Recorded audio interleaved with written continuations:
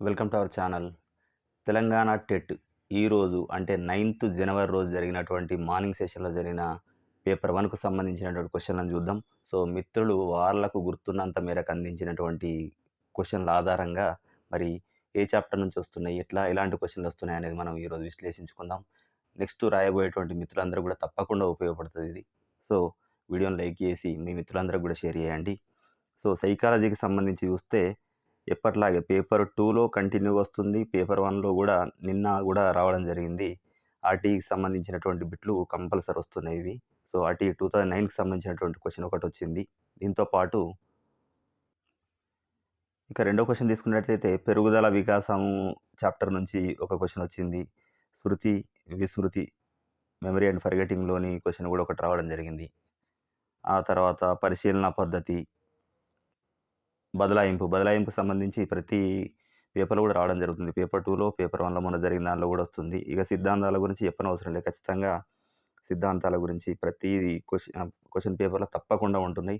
అందుకే మనం కూడా మన ఛానెల్‌లో ఏం చేసినామంటే మొట్టమొదటిసారి అన్ని సిద్ధాంతాలను, సైకాలజీ సిద్ధాంతాల పైన మాత్రమే మనం ఫస్ట్ బిట్లు ప్రాక్టీస్ చేయడం జరిగింది. వాటన్నిటిని కూడా మన ప్లేలిస్ట్ రూపంలో కూడా మన ఛానెల్‌లో ఉంది. మిత్రులు నెక్స్ట్ రాయబోయేటువంటి మిత్రులు ఎవరున్నా కూడా మన ఛానెల్ లోపట ఉన్నటువంటి సైకాలజీ థియరీస్ అనే ప్లేలిస్ట్‌లో సిద్ధాంతాలన్నీ ఒకే చోట ఉన్నాయి. అవి మీకు చాలా హెల్ప్ అవుతాయి. అవి చూడండి.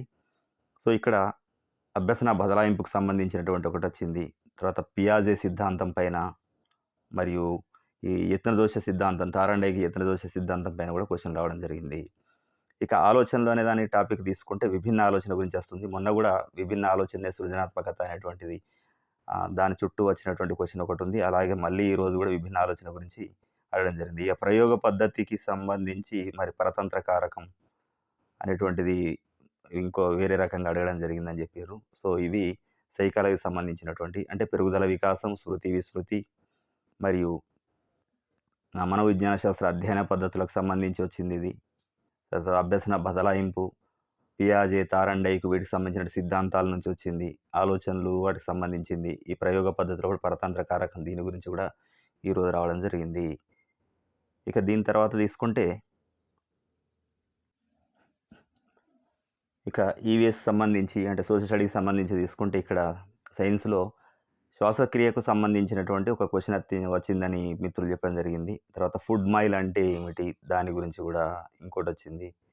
ఇక కన్నుకు సంబంధించి అంటే ఒక ప్రతిబింబం ముద్ర అనేది నేత్రపటలం మీద సుమారు 1/16 సెకండ్స్ ఉంటుంది అనేదాన్ని ఈ 1/16కి సంబంధించి కూడా క్వెషన్ అడిగారు. ఇక మొక్కలకు సంబంధించినటువంటి క్వెషన్‌లు చూసుకుంటే పత్రపీఠం గురించి ఇక్కడోటున్నది. ఇక సోషల్‌కి సంబంధించి చూస్తే 3562 రాష్ట్రపతి పాలన గురించి మరి రాష్ట్రపతి పాలనకు ఎవరి సిఫారసు మేరకు రాష్ట్రపతి పాలన విధిస్తారు అనే రకంగా క్వెషన్ అడిగిందని మిత్రులు చెప్తారు. దీంతో పాటు సైన్స్‌లో వచ్చినటువంటి ఈ గింజలు మొలకెత్తడానికి అంటే చీకట్లో గూడా మొలకెత్తేటువంటి గింజల గురించి కింద ఆప్షన్‌లు మరి ఈ గింజలు చీకట్లో గూడా మొలకెత్తుతాయి అన్నటువంటి ఆ రకంగా క్వెషన్ ఫ్రేమ్ చేసారు. ఇక పర్వతారోహకులకు ఆక్సిజను మరి ఎత్తైన ప్రదేశాల లోపట మరి ఆక్సిజన్ అందడం అనేది దాని గురించి ఈ పర్వతారోహకులకు సంబంధించినటువంటి ఇంకో క్వెషన్ వచ్చింది. ఇక అంటువ్యాధులు లెసన్ నుంచి తీసుకుంటే మనకు అంటువ్యాధులకు సంబంధించి మరి నీటి ద్వారా కలిగేటువంటి అంటువ్యాధుల్లో ఈ క్రింది వాటి ఏవి అనేటువంటి టైఫాయిడ్, మలేరియా, ఇతరత్రా అని ఆప్షన్లు ఇవ్వడం జరిగింది. సో, ఇది అంటే నీటి ద్వారా సంక్రమించేటువంటి అంటువ్యాధుల గురించి ఒక క్వెషన్ ఉంది. ఇక బొగాతా జలపాతం మరి ఎక్కడ ఉంది? ఈ ములుగు జిల్లా ఇక్కడ చీకుపల్లి అనేటువంటి దాన్ని గూడా ఒక జలపాతం పైన గూడా క్వెషనొచ్చింది. తర్వాత జప్తు రెవెన్యూ విధానం ఉంటుంది. జప్తు రెవెన్యూ విధానం ఇప్పటికి చాలా 3 సార్లు దాదాపు నాకు తెలిసి ఒక 3 సార్లు రిపీట్ అయింది అన్ని సెషన్‌లలో గూడా. పేపర్ 2లో వచ్చింది, పేపర్ 1లో వచ్చింది. నిన్న గూడా ఉన్నట్టుంది. మళ్ళీ రిపీట్ అయిందిది. సో, ఫిఫ్త్ రోజు జరిగిన పేపర్‌లో గూడా ఉన్నదిది. పేపర్ 2లో. సో, జప్తు రెవెన్యూ విధానం మరి దానికి సంబంధించినటువంటి ఏది అని చేశారు. ఇంకొకటి మనం ఎప్పట్లాగే రేఖాంశాలు మరియు సమయాల గురించి అడగడం జరిగింది. అంటే ఈ రేఖాంశం మీద ఈ డిగ్రీలో ఉన్నటువంటి రేఖాంశం మీద ఇంత సమయం అయితే తర్వాత తదుపరి ఇంకో రేఖాంశ నంబర్ ఇచ్చి మరి అక్కడ సమయం ఎంత అవుతుంది? అంటే గ్రీనిచ్ టైమ్‌లో ఎంత అయితుంది? ఇక్కడ నుంచి అక్కడ ఎంత అవుతుంది? అని సమయాన్ని లెక్కించడం రేఖాంశాల ఆధారంగా అనేటువంటిది ఒకటి అప్లైడ్ క్వెషన్ అడిగారిక్కడ.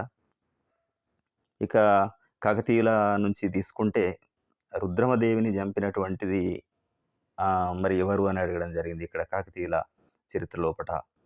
ఇక మళ్ళీ సైన్సు బిట్ ఒకటి కృత్రిమ అవయవ మార్పిడికి సంబంధించి రిలేటెడ్ ఒక క్వెషన్ వచ్చిందని చెప్తుండ్రు. సో, ఇది ఇక రెండవ మెథడ్ గురించి కూడా క్వెషన్ అడిగిండు.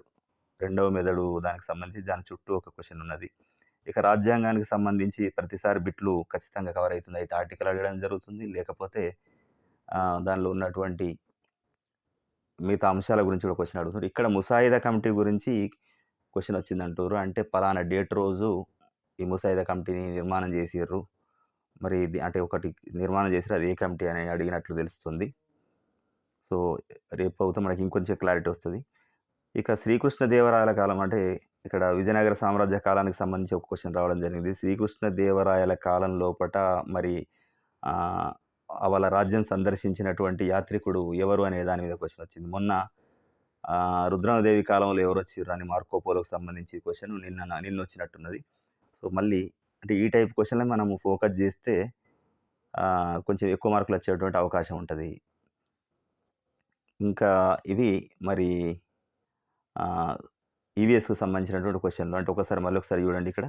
శ్వాసక్రియ, మరి ఫుడ్ మైల్ అంటే కన్నుకు సంబంధించి ఒకటి, పత్రపీఠానికి సంబంధించి 356 రాష్ట్రపతి పాలన, గింజలు మొలకెత్తడం, పర్వతారోహకుల గురించి, అంటువ్యాధులు, భూగత జలపాతం, జప్తు రెవెన్యూ విధానం, రుద్రమదేవిని చంపిందెవరు, రేఖాంశం, సమయాలు, కృత్రిమ అవయవ మార్పిడి, రెండవ మెథడు, ముసాయిదా కమిటీ గురించి, శ్రీకృష్ణదేవరాయ కాలం వచ్చి యాత్రికుల గురించి.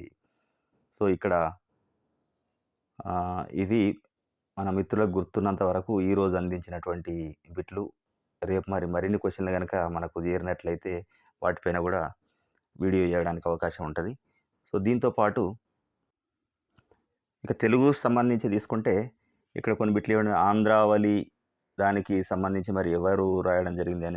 రాయప్రోలు సుబ్బారావు గారు దీనికి సంబంధించి ఉన్నది. ఇక ఇక్కడ ఉన్నటువంటి ఒక సంధి, ఇది ఏ సంధి అని అడగడం జరిగింది. ముఖారవిందుడు అని ఇచ్చిండు. అక్కడ ముఖా+ అరవిందుడు అని ఇచ్చి మరి ఇది ముఖారవిందుడు అనేది ఏ సంధి అని అడగడం జరిగింది. ఇది సవర్ణ దీర్ఘ సంధి అవుతుంది. ఇకపోతే పైలం అంటే అర్థం ఏంటి అని అడిగారు. అంటే తెలంగాణ సంబంధించినటువంటి పదాల్లో కొన్ని తీసుకుంటారు. ఇది ప్రతిసారి వస్తుంది. ఖచ్చితంగా ఒక బిట్టు తెలంగాణకు సంబంధించిన పదాల గురించి వస్తుంది. నిన్న, మొన్న, అంతకుముందు క్వెషన్ పేపర్‌లో కూడా ఈ తెలంగాణకు సంబంధించి మన వాడుకలో ఉన్నటువంటి పదాల గురించి అడిగారు. మరి ఈరోజు ఇది పైలం అంటే ఏంటి అని అడిగింది. ఇది జాగ్రత్తగానే మనం రెగ్యులర్‌గా మనం వాడుతుంటాం. సో, ఇప్పుడు కొత్తగా వచ్చినటువంటి అంటే ఇప్పుడు లేటెస్ట్ కొంచెం చిన్న ఏజ్ పిల్లలకి ఎక్కువ తెలవదు గానీ మిడిల్ ఏజ్ వాళ్ళందరికీ కూడా ఉపాధ్యాయ మిత్రులందరికీ ఇవి రెగ్యులర్‌గా వాడుతున్నటువంటిదే. సో, ఇట్లాంటి కొన్ని పదాలని కూడా తెలంగాణ పదాలని రెగ్యులర్ చూసేటువంటి పదాల మీద కొంచెం దృష్టి పెట్టండి. ఇక సందులు ఎలాగో వస్తున్నాయి గనక అది ఓకే. రచనలు, పత్రికలు వీటన్నిటి గురించి. ఇక సుద్దాల హనుమంతు గారు రాసినటువంటి ఒకటి 'పల్లెటూరి పిల్లగాడ' అనేటువంటి గేయం, మరి దాని గురించి కూడా ఒక క్వెషన్ వచ్చింది. ఇక నానార్థాలకు తీసుకుంటే అర్థాలు, నానార్థాలు అంటే ఇక్కడ నానార్థం అనేది కులం నానార్థం అని అడగడం జరిగింది.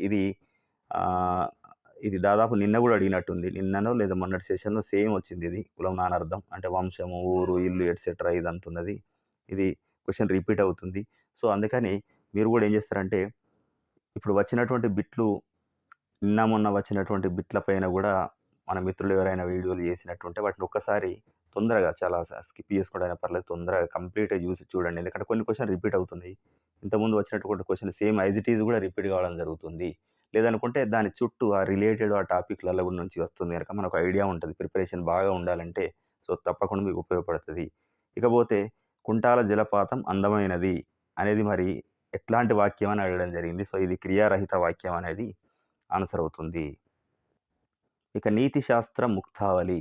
నీతిశాస్త్ర ముక్తావళి రచన ఎవరిది అని అడగడం జరిగింది. బద్దెన రచించినటువంటి నీతిశాస్త్ర ముక్తావళి గురించి ఈ క్వెషన్ వచ్చింది. ఇది కాకుండా మరి నల్లనివాడు పద్మాకరుడు అనే దానికి సంబంధించి కింది వాటిలో ఎవరు అనేది ఇచ్చిండు. పోతన, తిక్కన, ఎర్రన, పెద్దన ఇట్లాంటి కొన్ని ఆప్షన్లు ఇవ్వడం జరిగింది. సో, దీనిది. ఇక మాట అంటే తెలుగు పదం అనేటువంటి దాని మీద ఒకటి ఇచ్చిండు. ఇక అర్థాల్లోకి తీసుకుంటే మరి విజయకేతనం అని మనం అంటుంటాం. సో, కేతనం అంటే అర్థం ఏంటి అని అడిగింది. ఇది జెండా, విజయకేతనం, ఎగరవేసుడు అని అంటారు కదా. సో, ఇది దాదాపు మనకు తెలుగులో ఉన్నటువంటి మనం మళ్ళీ ఒకసారి ఒక ర్యాపిడ్ రివిజన్ లాగా ఒకసారి తెలుగును కంపల్సరీ తెలుగు బుక్‌ని మనం జూస్తే చాలా బిట్లు మనం ఈజీగా ఎయచ్చు. తెలుగు స్కోరింగ్‌కి బాగా ఉపయోగపడుతుంది. మీకు క్వాలిఫై కావడానికి మరి సర్వీస్‌లో ఉన్న ఉపాధ్యాయ మిత్రులు గాని, మిగతా స్కోర్ చేయడానికి మిగతా అభ్యర్థులు గాని, వీళ్ళందరికీ తెలుగు పైన ఎక్కువ ఫోకస్ జేయండి. సో, తెలుగు మీద ఎక్కువ ఫోకస్ జేయడం వల్ల ఈసారి ఇంకా దీనిలో వచ్చినటువంటి ప్రకారం గూడా పద్య భాగం, గద్య భాగం గూడా చాలా గతంలో లెంతీగా ఇచ్చి కొంచెం టైమ్ టేకింగ్ ప్రాసెస్ ఉండేదంటుర్రు. సో, ఈసారి చాలా చిన్నగా ఇచ్చి కొంచెం ఈజీగా ఇవ్వడం జరుగుతుందంటుర్రు గనక, తెలుగు అనేది మనం తప్పకుండా హెల్ప్ అవుతది. దానిలో మాక్సిమం బిట్స్ కవర్ జేయడానికి ప్రయత్నం జేయండి. సో, మిగతా వాటితో పాటు కంటెంటు మీకెలాగో ఎవరి కంటెంట్ వారికి కొంచెం ఐడియా ఉంటుంది. కానీ కంటెంట్ పెద్ద మొత్తంలో తీసుకుంటున్నాం గానీ, ఇది కొంచెం తక్కువ సిలబస్ తోటి మనం ఎక్కువ మార్కులు కొట్టేటువంటి అవకాశం ఉంటుంది. ఇక జాతీయాల్లో తీసుకుంటే రోజు అన్ని క్వెషన్ పేపర్‌లలో తీసుకుంటే జాతీయాల గురించి అడగడం జరుగుతుంది. ఇక్కడ కన్ను కుట్టడం అనేటువంటి జాతీయం గురించి ఇక్కడ తీసుకోవడం జరిగింది. ఇంకా పల్లా దుర్గయ్యకి సంబంధించినటువంటి ఒక క్వెషన్ గూడా వచ్చింది. ఇక అందున్, నన్ అనేది ఎలాంటి విభక్తి అని చెప్పడం జరిగింది. ఇది సప్తమి విభక్తి అని చెప్తున్నాం. సో, విభక్తిల గురించి గూడా రావడం జరిగింది. ఇకపోతే సింపుల్‌గా ఉన్నటువంటిదేంటంటే మన తెలంగాణ రాష్ట్ర పుష్పం ఏది అంటే తంగేడు గురించి గూడా అడిగిర్రు. నిన్న వచ్చిన దాంట్లో ఏమడిగారు ఒకటి త్రికాలు అంటే ఏంటి అని అడిగిర్రు నిన్న. సో, ఈరోజు ఏం జరిగింది సవర్ణములు అంటే మరి ఏంటి? సవర్ణములు అంటే ఏందని ఈరోజు అడిగిండు. త్రికాలు అంటే ఏందని నిన్న అడిగిండు. ఇది. ఇక ఒకే రకమైన అచ్చులకు పేర్లు మరి సవర్ణాలు అంటున్నాం ఇక్కడ. ఇంకొకటి ఇక్కడ మగువ, పడతి, స్త్రీ, ఇంతి వీటికి సంబంధించి గూడా మరి నానార్థాలు అడగడం జరిగింది. ఇక మిగతా జాతీయాల గురించి గూడా రెగ్యులర్‌గా క్వెషన్‌లు రావడం జరుగుతుంది. సో, ఇక్కడ ఒకసారి చూసుకోండి ఇక్కడ. ఆంధ్రావళి, ముఖారవిందుడు, పైలం. సో, ఇక్కడ సందులు, సమాసాలు, విభక్తులు, రచనలు మరి జాతీయాలు, కొన్ని తెలంగాణకు సంబంధించినటువంటి పదాలు వీటిపైన క్వెషన్ రావడం జరిగింది గనక వాటి మీద ఫోకస్ జేసి మీ ప్రిపరేషన్ అనేది కొనసాగించండి. తప్పకుండా హెల్ప్ అవుతది. సో, ఈ వీడియో గూడా మీకు చాలామంది మిత్రులకు ఉపయోగపడతదనుకుంటున్నా. నిజంగా మీరు ఉపయోగపడ్డదని భావించినట్లయితే తప్పకుండా లైక్ చేయండి. దీనివల్ల ఎక్కువ మందికి షేర్ అవుతుంది. మరియు మిగతా మిత్రులకు గూడా ఉపయోగపడుతుందనుకుంటున్నాను. సో, రేపు ఒక్కరోజు ఎట్లా గ్యాప్ ఉంది గనక వాళ్ళు ఎక్కువ టైం తీసుకొని ఎగ్జామినేషన్ పాయింట్ ఆఫ్ వ్యూలో ప్రిపేర్ కావడానికి మీకు తప్పకుండా హెల్ప్ అవుతుంది. మరి దీనికి సంబంధించి కంటిన్యూగా డీఎస్సీ ప్రిపరేషన్ గూడా కొనసాగించండి. ఇక మ్యాథ్స్‌కు సంబంధించి చూస్తే ఇక్కడ సగటు పైన ఒక క్వెషన్ వచ్చింది. తర్వాత వైశాల్యంపై అంటే వృత్త వైశాల్యం గురించి అడగడం జరిగింది. కాసాగు నుంచి ఒక బిట్టు. తర్వాత మధ్యగతం గురించి గూడా ఒక క్వెషన్ వచ్చింది. భిన్నాల క్రమం అంటే ఆరోహణ క్రమం, ఆరోహణ భిన్నాలు అనే దానిపైన గూడా ఒకటి క్వెషన్ అడగడం జరిగింది. తర్వాత సౌష్టవాక్యాలు వీటిపైన ఒకటుంది. తర్వాత ఘాతాంకాలు నుంచి ఇంకొక క్వెషన్ వచ్చింది. ఇంకొక క్వెషన్ ఏందంటే దీర్ఘఘనం యొక్క తలాలు వాటి గురించి అడగడం జరిగింది. మరి ఈ క్వెషను కరెక్ట్‌గా ఇదే రకంగా ఫ్రేమ్ అయిందన్నట్టు మన దగ్గర సమాచారం లేనప్పటికీ వీటి నుంచి కవర్ అయిందని మిత్రులు మరి ఈరోజు వాళ్ళకి గుర్తున్నంత వరకు ఏసినటువంటి బిట్లు గనక మీకు తప్పకుండా ఉపయోగపడతాయి. సో, సగటు, వృత్త వైశాల్యం, కాసాగు, మధ్యగతం, భిన్నాల క్రమం, సౌష్టవాక్యాలు, ఘాతాంకాలు, దీర్ఘగణం తలాలు వీటి గురించి వచ్చింది. ఇక ఇంగ్లీష్ ఎప్పట్లాగే మరి మామూలు అందరికీ ఉపయోగపడేటట్టే ఉన్నది. మొదటి నుంచి కూడా తెలుగు, ఇంగ్లీషు ప్యాటర్న్ చూస్తున్నట్టయితే పేపర్ 2 ఇప్పటి వరకు గూడా పేపర్ 1, పేపర్ 2 అన్నీ గూడా తెలుగు, ఇంగ్లీష్‌లో కొంచెం మన స్కోరింగ్‌కి అవకాశాలు ఎక్కువ ఉండేటట్టే క్వెషన్ పేపర్‌లు వస్తున్నాయి. సో, దాన్ని దృష్టిలో పెట్టుకోండి. సో, మినిమమ్ బేసిక్స్ తెలుగులో గాని అంటే గ్రామరు అండ్ వీటికి సంబంధించిన మినిమమ్ బేసిక్స్ లాంగ్వేజ్‌కి సంబంధించి కంపల్సరీ చూసుకొనివ్వండి. ఎందుకంటే కొన్నిసార్లు ఒకసారి చూడడం వల్ల ఆ బేసిక్స్ ఇంగ్లీష్‌కి సంబంధించి ఎగ్జాంపుల్ తప్పకుండా మనకు ఆ గ్రామర్ తెలిసి ఉంటుంది. కానీ ఒకసారి తిరిగి చూడడం వల్ల మనం క్వెషన్ ఎట్లా వచ్చినా కూడా ఏసే అవకాశం ఉంటది కనుక దాన్ని మిస్ చేసుకోకండి. సరే ఇంగ్లీష్ మరి ఎప్పట్లాగే ఇంగ్లీషు కామన్‌గా బేసిక్ గ్రామర్ పైన అడగడం జరుగుతుంది. ఇక్కడ active, passive voice, change into active to passive, passive to active పైన అడుగుతుర్రు. ఇవాళ కూడా ఒక క్వెషన్ వచ్చింది. డిగ్రీస్ ఆఫ్ కంపారిజన్ నిన్న కూడా వచ్చింది. ఈరోజు కూడా వచ్చింది. Direct speech, indirect speech. తర్వాత ఇక్కడ అడ్వర్బ్ గురించి ఒకటొచ్చిందని చెప్తుర్రు. తర్వాత దీనిలో సైలెంట్ లెటర్ గురించి. సైలెంట్ లెటరు దీనిలో ఏది అనేది పేపర్ 2లో గూడా ఇట్లాంటి క్వెషన్ రావడం జరిగింది. ఇక క్వెషన్ ట్యాగ్‌ల విషయానికొస్తే క్వెషన్ ట్యాగ్‌లు చూస్తే సింపుల్‌గా ఉంటది గానీ మనకి ఈజీగా ఒక 1 మార్క్ కొట్టేసేటట్టు ఉంటుంది. ఈజీగా 1 మార్క్ గెయిన్ చేసుకోవచ్చు. ప్రతి క్వెషన్ పేపర్‌లో క్వెషన్ ట్యాగ్ ఉంటుంది. మొన్నటి నుంచి జరిగిన దానిల మాక్సిమం అన్నిట్లలో క్వెషన్ ట్యాగ్ వస్తుంది. ఇక సింగులరు, ప్లూరలు అనే వాటి మీద గూడా ఒకటొచ్చింది. ఇగ ఎర్రరు అంటే కరెక్షన్ వాటికి సంబంధించి గూడా కంపల్సరీ క్వెషన్స్ వస్తున్నాయి. సో, ఈ ఎర్రర్‌కి సంబంధించింది మరి టెన్సెస్ పైన ఏదో ఒక దాని పైన అడుగుతుండు. అది మనకు ప్రీవియస్ ఉన్నటువంటి నాలెడ్జ్ ప్రకారం జేయొచ్చు గానీ, క్వెషన్ ట్యాగులనేది మాత్రం ఒకసారి సింపుల్‌గా చూసుకోవచ్చు. ఈజీగా ఒక మార్క్ వచ్చే విధంగా ఉంటది. దీన్ని ఎట్టి పరిస్థితుల్లో వదలొద్దు. అండ్ యాక్టివ్, పాసివ్ తర్వాత degrees of comparison, direct, indirect so, వీటిని కంపల్సరీ ఆ రూల్స్‌ని ఒకసారి ఎగ్జామ్‌కి వెళ్ళే ముందు తప్పకుండా చూసుకోండి. ఎందుకంటే ప్రతి దాంట్లోకి ఒక క్వెషన్ వస్తుంది ఓవరాల్‌గా. సో, ఇంగ్లీషు, తెలుగు మీకు తప్పకుండా స్కోరింగ్‌కి యూజ్ అవుతదనుకుంటున్నా. సో, ఓవరాల్‌గా చూసుకుంటే మరి ఈరోజు క్వెషన్ పేపరు ఇది మార్నింగ్‌కి సంబంధించినటువంటిది. సో, మధ్యాహ్నానికి సంబంధించినటువంటివి గూడా కొన్ని బిట్లు దీనిలా ఒకవేళ కలిస్తే కలిసుండొచ్చు. ఎందుకంటే మిత్రులు గుర్తుండకపోవచ్చు ఈరోజు ఎగ్జామ్ తర్వాత. ఈ సెకండ్ పేపర్‌కి సంబంధించినటువంటివి గూడా క్వెషన్‌లు ఏవి అనేది గూడా మిత్రులు నుంచి సమాచారం సేకరించడానికి ప్రయత్నం చేస్తున్నా. అవి వచ్చిన తర్వాత గూడా ఒక వీడియో చేసుకుందాం.